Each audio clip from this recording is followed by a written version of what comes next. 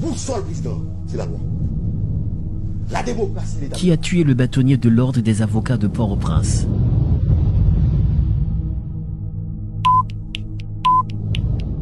Les tueurs ont-ils agi seuls? Qui serait l'auteur intellectuel de cet épouvantable meurtre? Pourquoi la première dame de la République a la primeur de la vidéo montrant le cadavre de maître Dorval Montferrier? Le 28 août 2020 dans la soirée, 3 coups de feu résonnent dans le quartier présidentiel.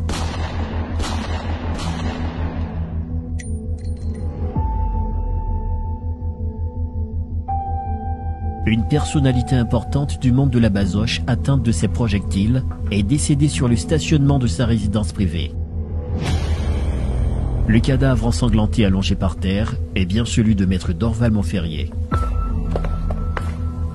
Les assassins ont eu le temps de s'en aller tranquillement après avoir commis leur forfait, alors qu'ils se trouvaient dans une zone sécurisée par les forces de l'ordre.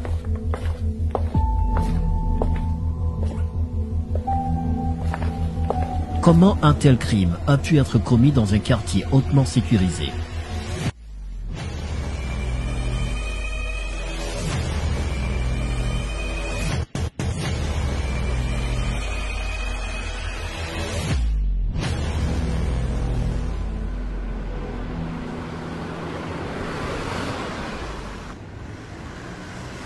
À Pellerin 5, une patrouille policière surveille religieusement l'entrée de la rue conduisant au quartier où habite le président de la République. C'est l'endroit le plus surveillé de la capitale. Pourtant, l'assassinat du bâtonnier semble y avoir été commis avec tant de facilité. Les tueurs s'étaient retirés tranquillement et auraient même le temps de revenir pour souiller la scène du crime.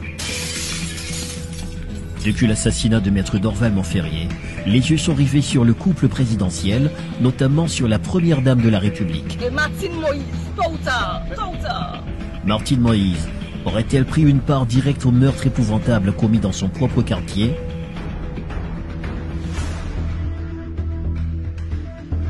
Serait-elle en mesure d'amoindrir les conséquences des propos spectaculaires inattendus de son conjoint autour de la mort du bâtonnier? Jovenel Moïse a délié sa langue et vendu la mèche sans pour autant mesurer le poids d'une telle déclaration dans l'opinion publique. 10h13, 10h15, une déclaration choc qui suscite beaucoup d'interrogations. Qui d'autre à part Martine possède cette vidéo? Pourquoi n'a-t-elle pas été mise en ligne? 10h13 PM, le bâtonnier est assassiné.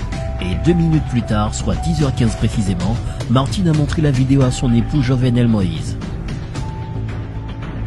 Cette hypothèse, selon plus d'un, tiendrait à l'idée que la vidéo était tournée par les tueurs au moment même où ils exécutaient le bâtonnier.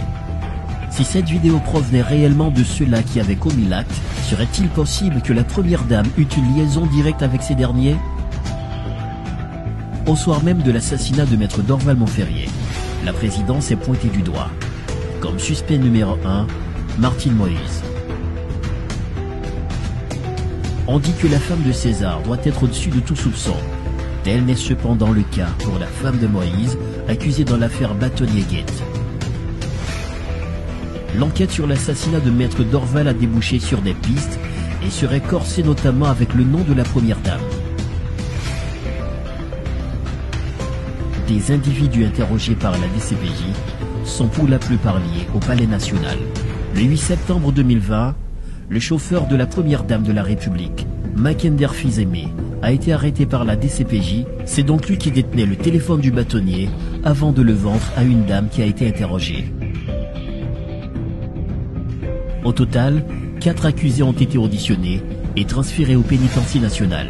Villepik Dunès, Makender Fils-Aimé, Maudler Sénéjour alias Habibi et Valérie Dor. Cependant, le doute persiste encore sur l'implication du Palais National dans la mort du bâtonnier de l'ordre des avocats de Port-au-Prince. Le téléphone du bâtonnier avait été localisé au Palais National, juste le jour d'après l'assassinat.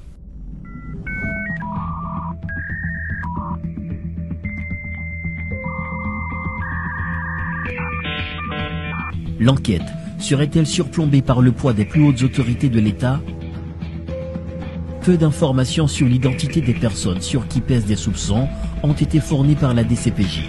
Le mobile du meurtre n'est encore connu. Alors que les jours passent, la justice continue de faire du surplace. Peut-être que le crime dont est victime Montferrier d'Orval a un caractère particulier.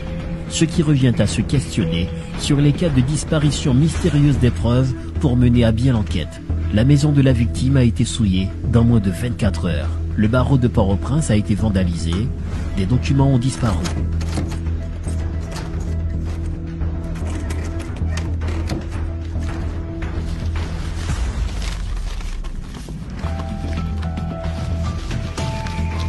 La justice nationale, pas qu'à un juge avec un système corrompu ça. Pourquoi toutes ces manœuvres pour éliminer des preuves?